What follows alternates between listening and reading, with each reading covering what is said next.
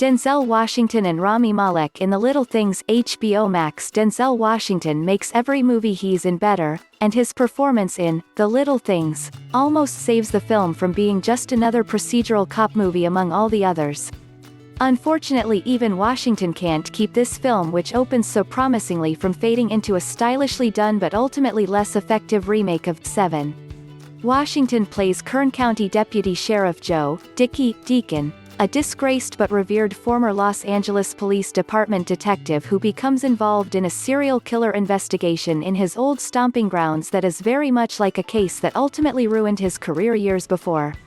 Heading the investigation is LAPD Detective Jim Baxter, Rami Malek, whose intelligence and intensity reminds Deke of himself.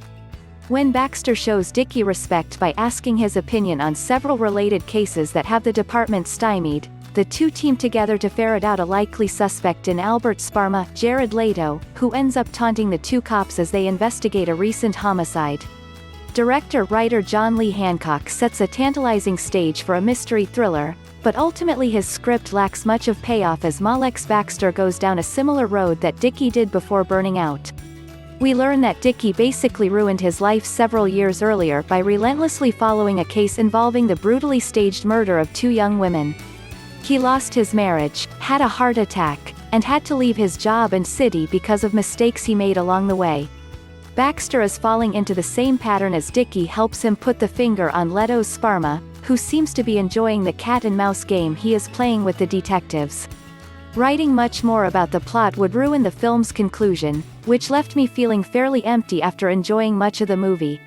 Washington is excellent in his role. I only wish he had a better conclusion to work with. You feel for his character as a talented man who has been shoved into a job where his talents and abilities aren't put to the best use.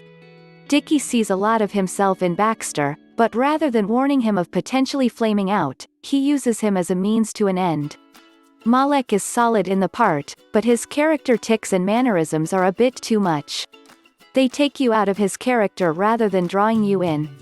But at least he doesn't overact like Leto, whose wide-eyed Sparma is just a few notes off from his performance as the Joker from 2016's Suicide Squad.